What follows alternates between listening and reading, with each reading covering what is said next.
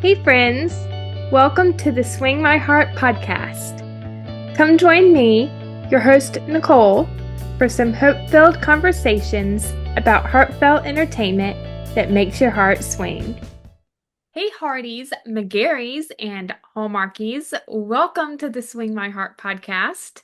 I'm your host, Nicole, joined today by my dear friend, Kerri, to talk about the 2025 Hallmark Channel Passport to Love movie, Villa Amore, starring our favorite, Kevin McGarry, alongside Eloise Mumford.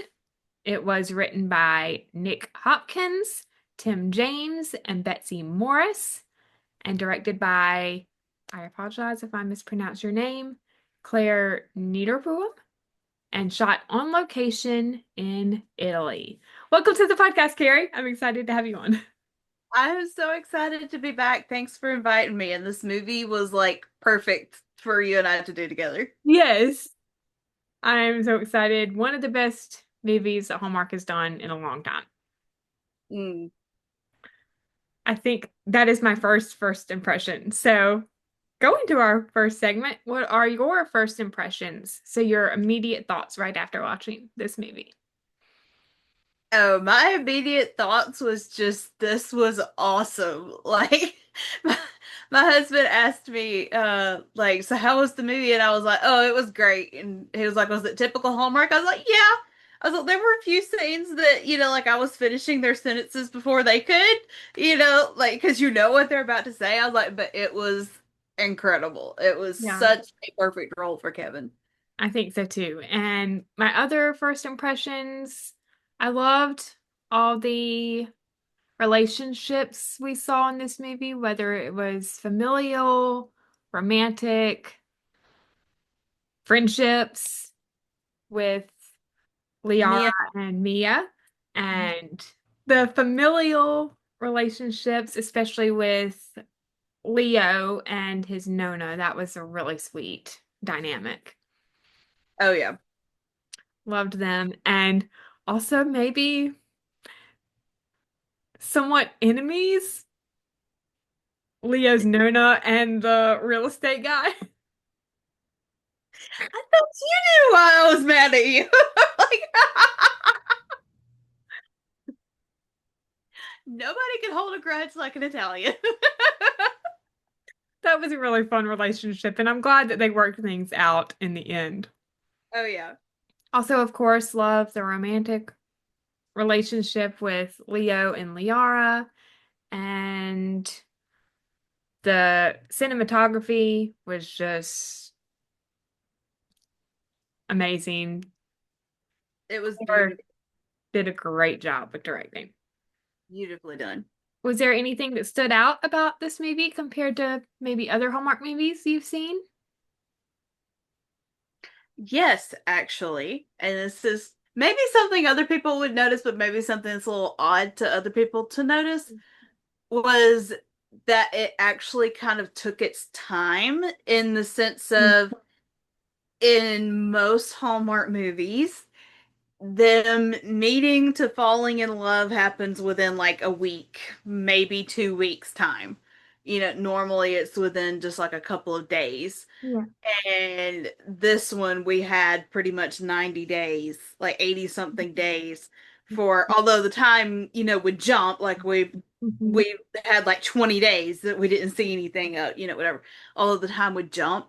I loved the fact that their love story actually had a little bit of quote unquote time to build and to blossom instead of it just being like it was love at first sight, but not really.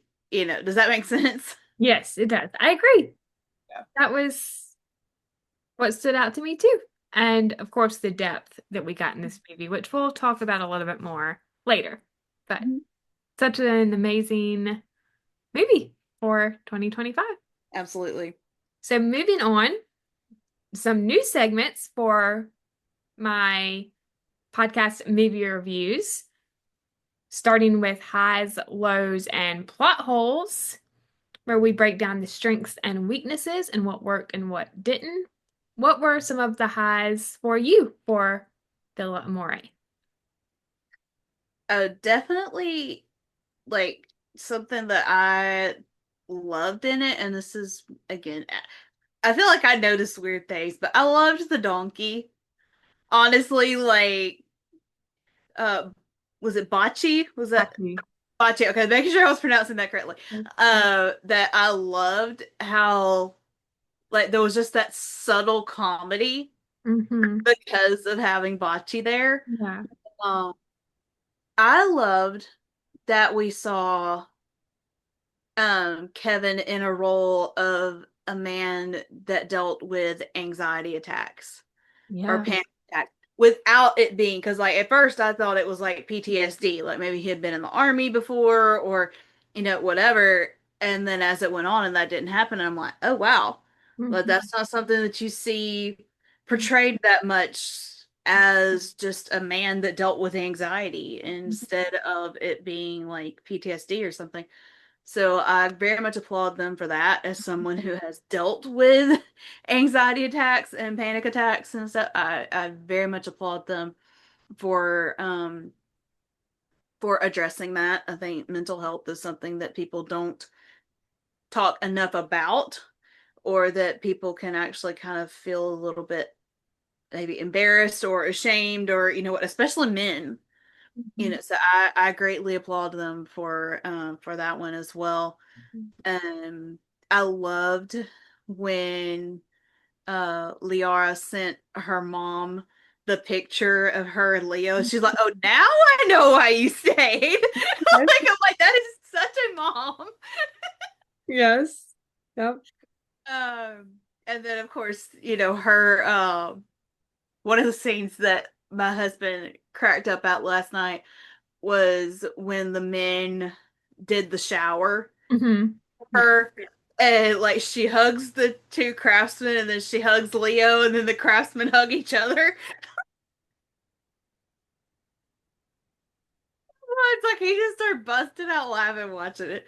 Yes. So there were a lot of really really cute scenes, and the one other one that I'll mention is when they are sitting out by the beach and basically he tells her, I'm gonna sum this up, this is not what he said Mm-hmm. in the movie, but it's what he was implying was just enjoy this moment. Yep. Don't Mm-hmm. worry about the future. Yep. Like just enjoy the now. Mm-hmm. Stop trying to think ahead, stop trying to control everything, stop trying to plan everything and just be. Yeah. I think that was really powerful as well. Yes, it was. And I'll talk a little bit more about that scene when we get to another segment, but that was a great scene. This was a high moment for me, and it was, I guess, an editing choice. It was the scene at the beginning of the movie when she's, touring the city, while we also hear the phone conversation with her mom. Kind Mm-hmm. of at times a voiceover. I think there were a couple of clips where we actually saw the mom on the phone. Mm-hmm. But I love the one when she's at the Trevi Fountain and she's like, one coin you'll return to Italy, two you'll fall in love there, and three you'll marry there. And she's like, how many coins did you get? And Liara says one, even though she really got three. And I loved that as a classic movie buff because Three Yeah. Coins of the Mountain is the classic movie from way back in the day. So I like geeked out over that one. But yes, I 100% agree with you. Yes. And every time I see the Trevi Fountain, I think of the Lizzie McGuire movie. Cue what dreams are made of. I love it. Of course, the early 2000s kid in me has to bring up Lizzie McGuire every time there's a movie shot in Italy. Nothing wrong with that. Some of my other highs, I already mentioned this briefly, but the setting and cinematography. This movie made me want to go to Italy. The strong chemistry with Kevin and Eloise. I think it felt natural and not forced, like some leads in a movie Hmm. have. The emotional depth with grief healing, anxiety, and personal growth, not just romantic love. The supporting cast was great. I loved how they were sprinkled in throughout this movie. the home renovation storyline.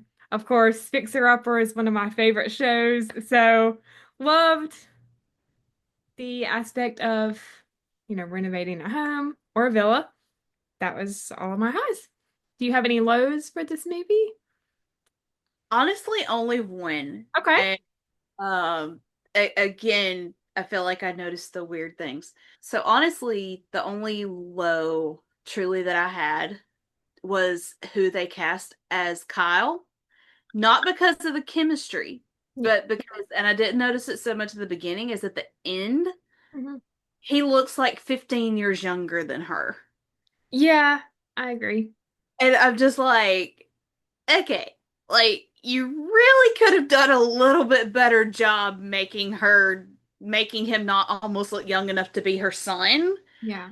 Like I didn't notice it so much at the beginning. I don't know if it was maybe his clothing Hmm. at the end or something that made him look so much younger, but when at the end of the movie when he's like, "Oh, it made me feel like I was in my 20s again," I'm thinking, "Dude, you look 28." Yeah. Like, so that was legit the only problem I had with the whole movie was just that age bracket did not seem to fit together. Yeah. Also, for me, this isn't necessarily a low. I just wanted a little bit more of the renovation process because we didn't get a whole lot of that. Yeah.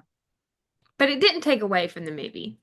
I Yeah. just, being a lover of home renovation shows, it would have been Mhm. fun to see more of them working on the house together. Yeah. Agree. Which is why some of these movies need to be 2 hours, not an hour and a half.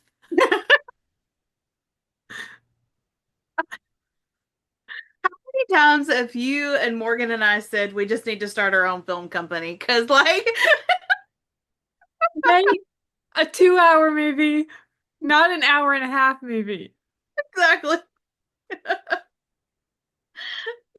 but Oh, still great. Yeah. Our next segment, Beyond the Credits, where we discuss key scenes and then character arc and development. So, what were some key scenes for you while watching? key scenes for me. I think you already mentioned the one where she was on the phone with her mom while walking through Italy and just like her mom's telling Mhm. her all these Yep. things that like we looked at the art but we didn't actually ever buy any and like her doing the things that her mom never got to do. So I thought that was really, really Um, sweet. One of the scenes that just melted me and my daughter when we watched it together was when Leo gave her the box with the blanket and the oh, pillow yeah. and the flashlight in it. It was she got in there and pulled all that out. Me and Bella about simultaneously went, "Marry the man." Mhm.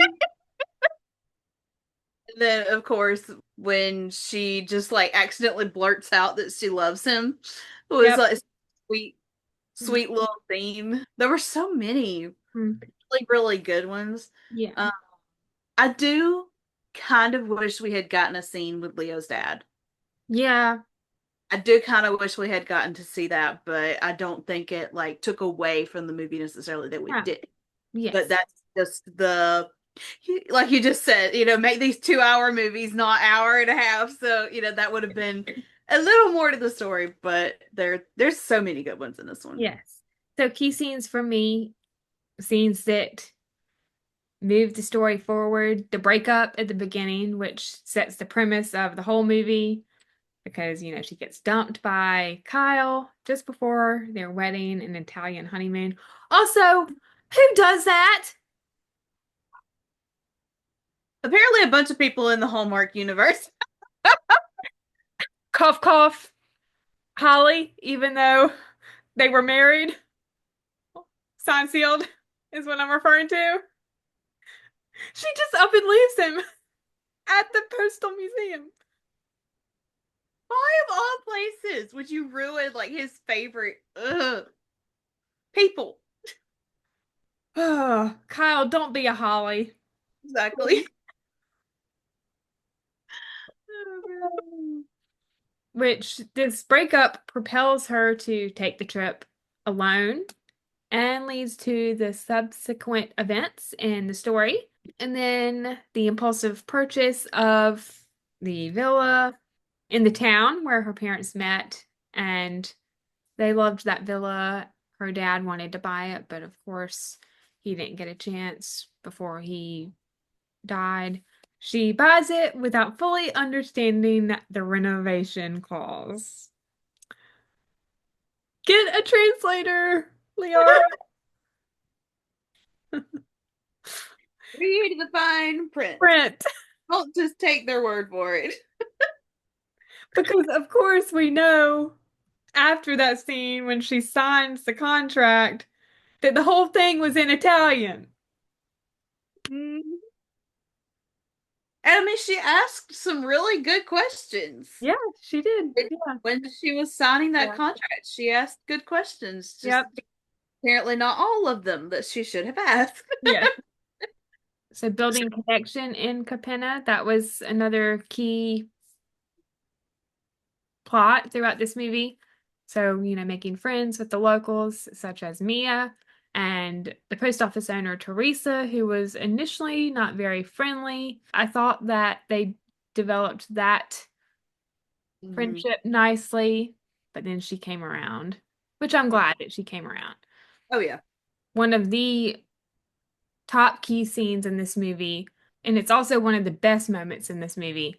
Liara expressing her grief over her father's death, and Leo helping her cope with her emotions using tools he uses for his own panic attacks.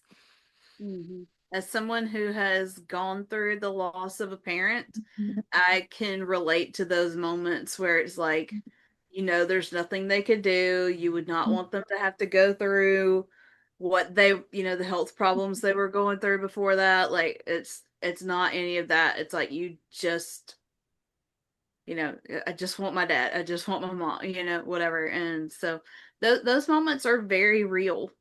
That my mom's been gone 3 years now, three and a Yeah. half years now, and there's still times that I just want to be able to call her, Mhm. and it's really painful. And even as I think about, moving forward in my life and different milestones and whatever, that, she'll never get to see that. I'll never get to share that with her. So those feelings are very, very real. And personally, I don't believe they ever actually go away. I think you learn how to cope with them, but I don't think they ever actually go away.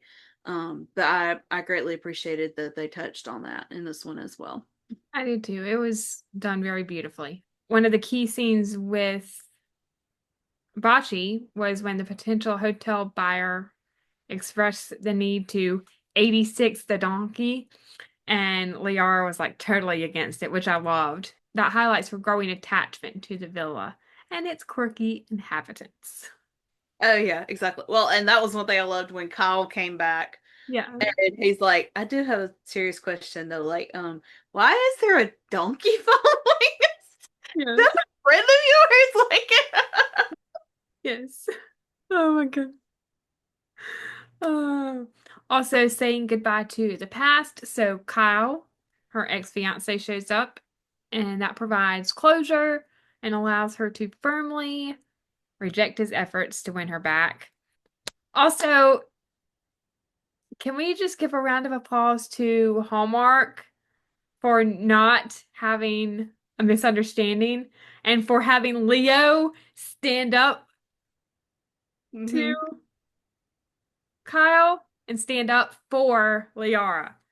He's yes.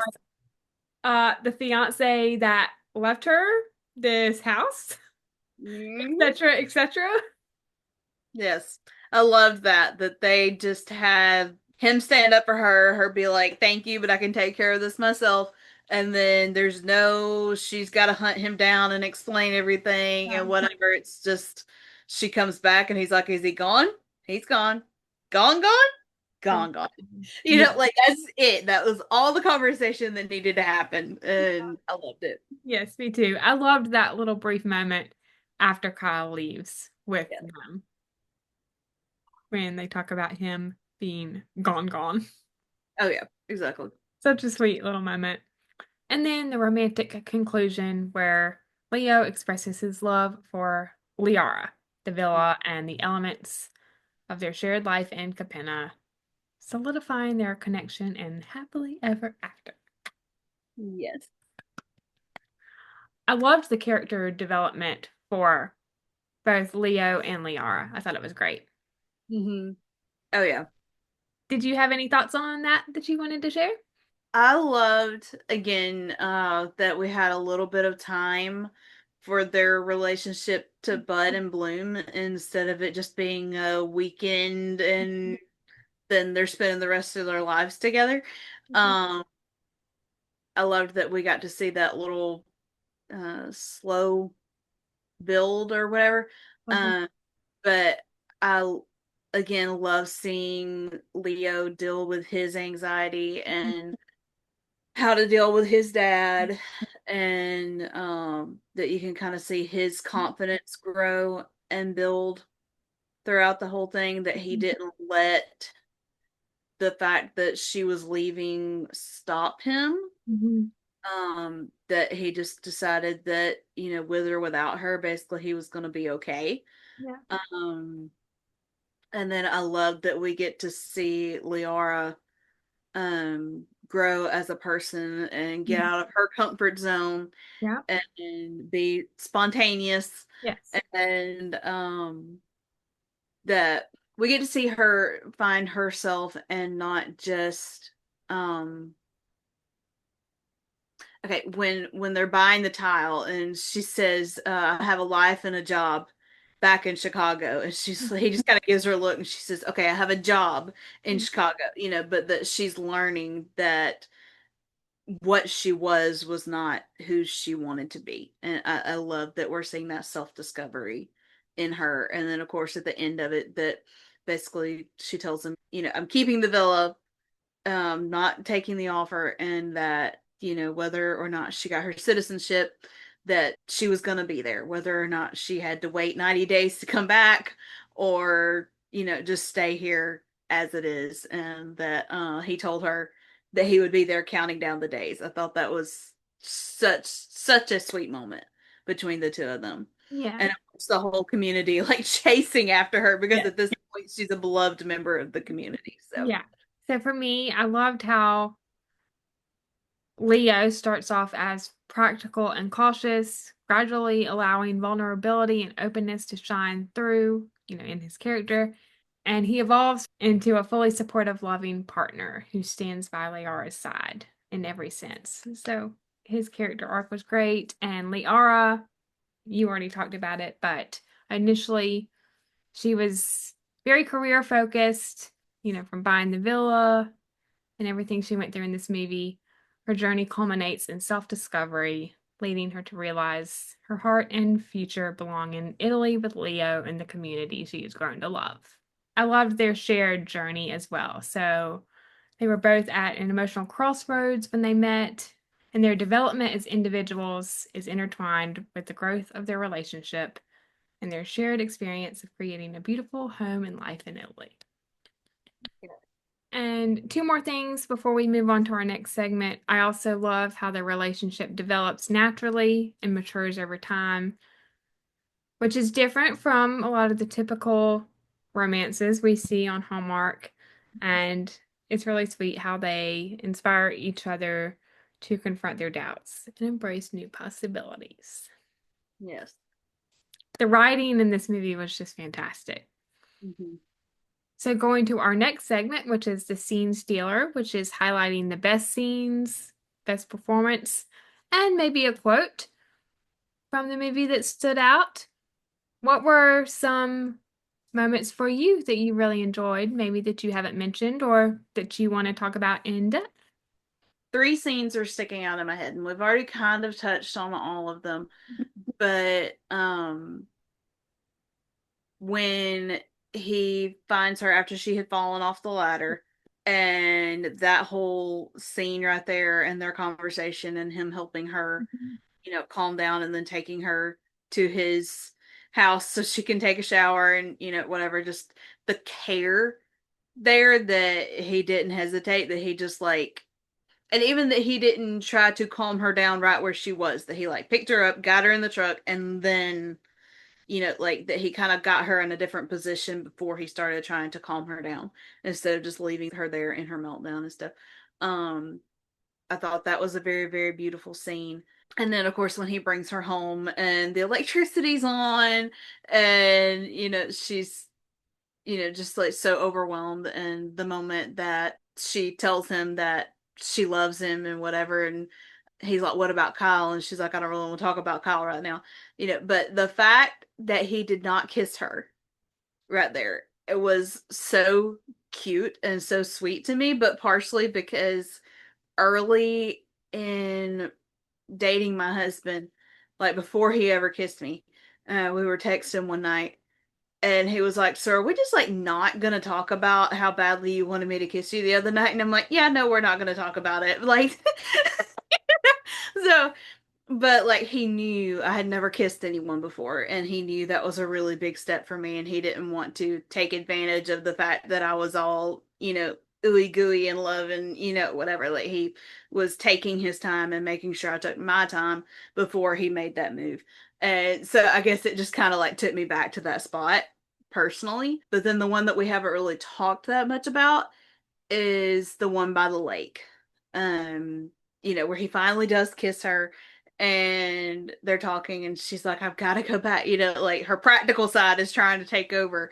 And he basically tells her, to just sit and be and enjoy the moment and, not worry about the future, but just even if we don't have any other time together, let's have this moment that we share without ruining it by stressing out about everything else. Yes.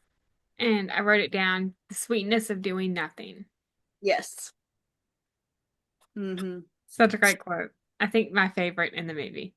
Yeah. Also, I loved their dinner date before they get back to the villa and she says, "I love you." The moment, I think it's towards the beginning of the movie, when they watch the football or soccer game together. That was really fun. And the talk on the balcony about home at the end of the movie. And of course, the very end when Leo expresses his love for Liara. Yes. Melt my heart into a puddle, Kevin McGarry.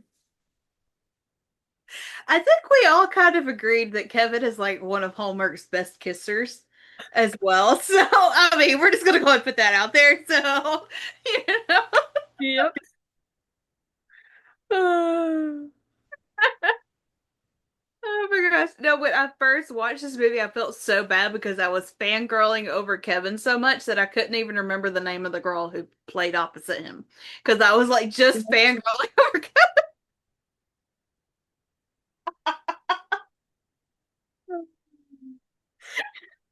so many good scenes. I literally wanted to write down a whole lot more than what I just mentioned because there were a ton of great scenes.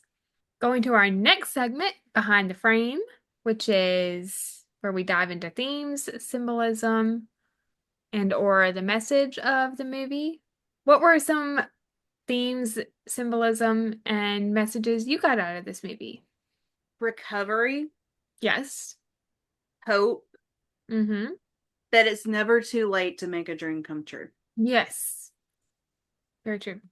As Liara said, dreams can change. I think that is a Mm-hmm. huge one because I've often had a hard time starting something new because people are like, "Well, I thought you were wanting this." Well, I did at that time, and that life is made up of seasons, and that season of my life has passed, and now it's time for me to move on to another season.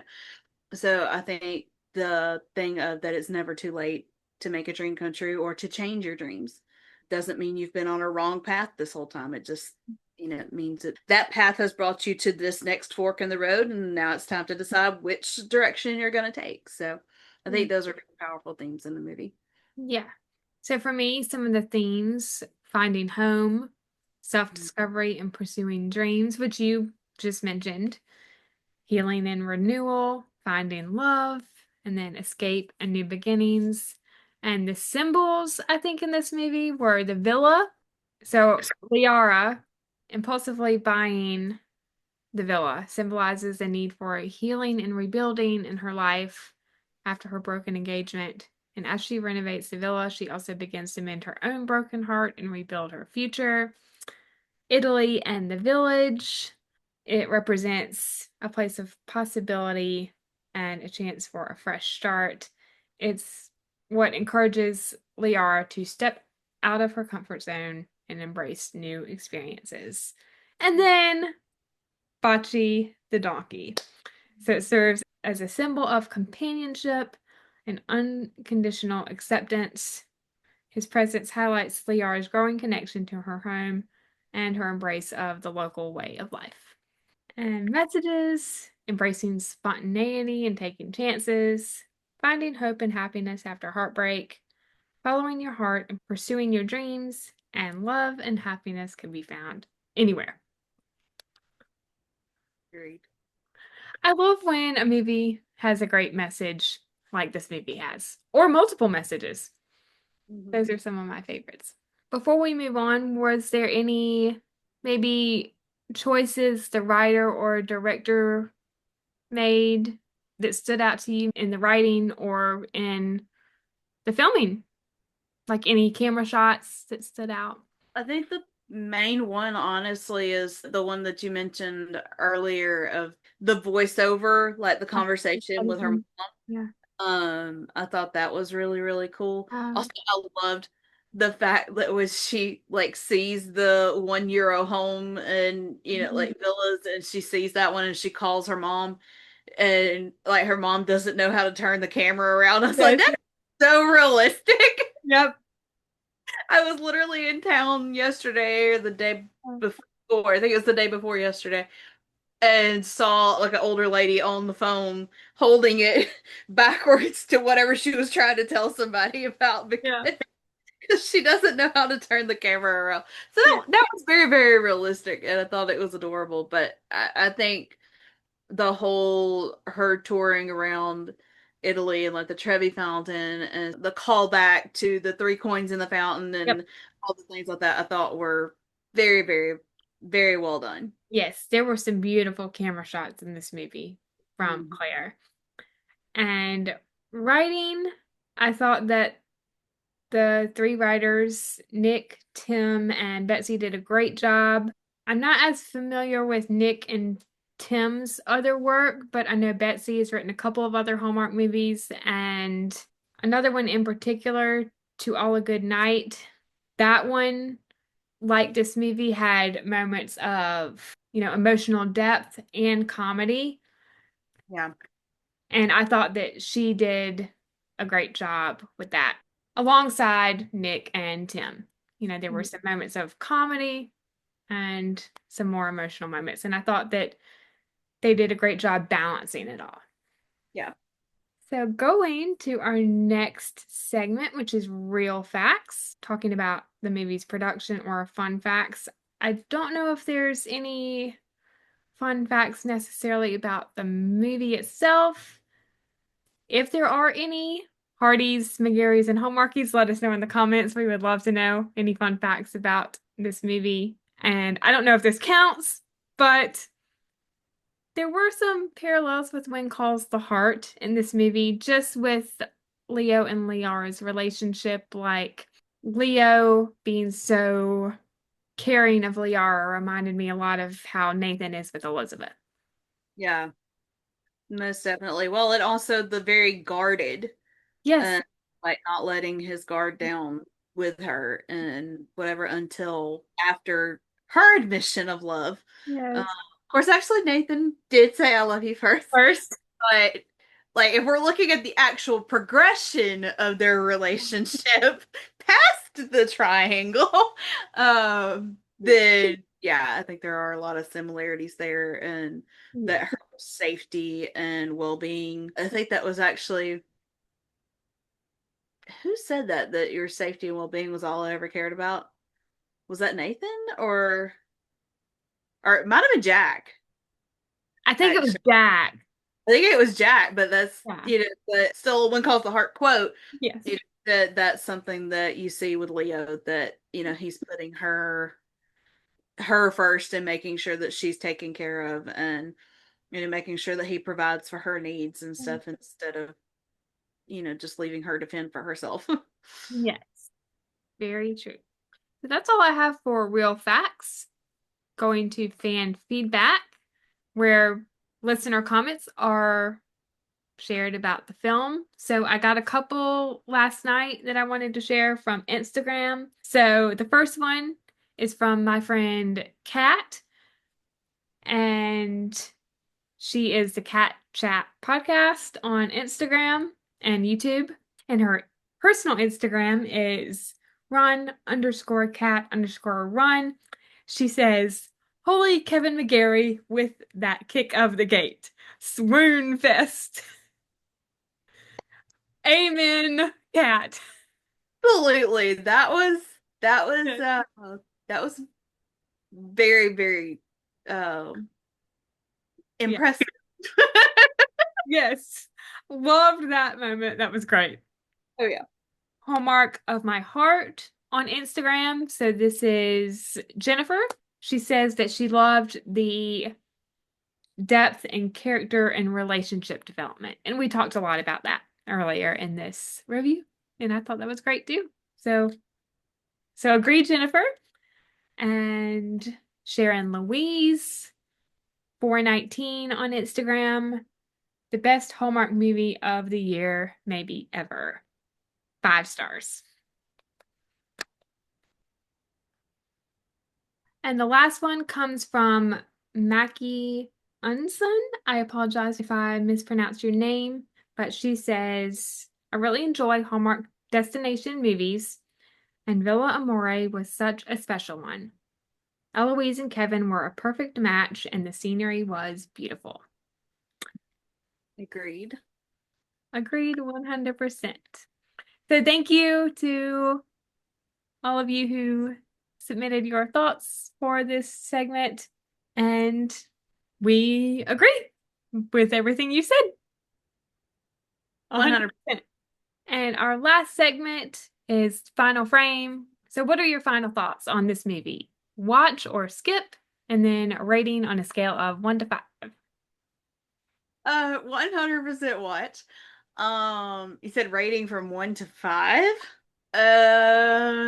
Probably a 5, honestly. Like, there was not really anything about this movie that I didn't like No, yeah. overall. So I would probably say 5.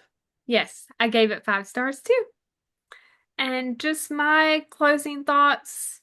I just loved how this movie was an emotionally grounded story about picking up the pieces of your life, enlisting support from those around you, and making space for unexpected love along the way. Such Yes. a beautiful movie. Highly recommend to anyone who has not seen it. Oh, 100%. Yes. And Hallmark, if you were listening to this, can we please get a sequel where we see them get engaged and married? I'm for that. Yes. And running the B&B or bed and breakfast. Yeah, that would be amazing. That would be amazing. Yes. Well, thank you, Kerri, so much for joining me. This is always fun having you on. Can't wait for next time. Thank you for having me. It was awesome to get to chat with you again. Yes, and you just started a new podcast. So where can my listeners follow you on Instagram? At Beyond the Script Pod on Instagram, and it is available on YouTube and Spotify, actually. And the links to those are in the bio of my Instagram. Yes, everyone go follow Beyond the Script. And I'm so excited for this new podcast of yours. And I'll miss honest to goodness and recording with you and Morgan. But I think it's going to be great. I think it is too. I Yeah. love that we're all finding our little niche. Yeah. Niche. How do you pronounce the word? Niche. Yes, that one. Uh, but I Yeah. love that we're finding our little groove. I'll go with that word since I know how to pronounce it. But I look forward to collaborating with both of y'all on some future episodes of that, and I think it's going to be fun. Yes. Can't wait. I'm sure that we will record more together in the future. It's going to be fun. So yeah, once again, all of you listening, if you followed us on Honest to Goodness, go follow Kerri on Beyond the Script.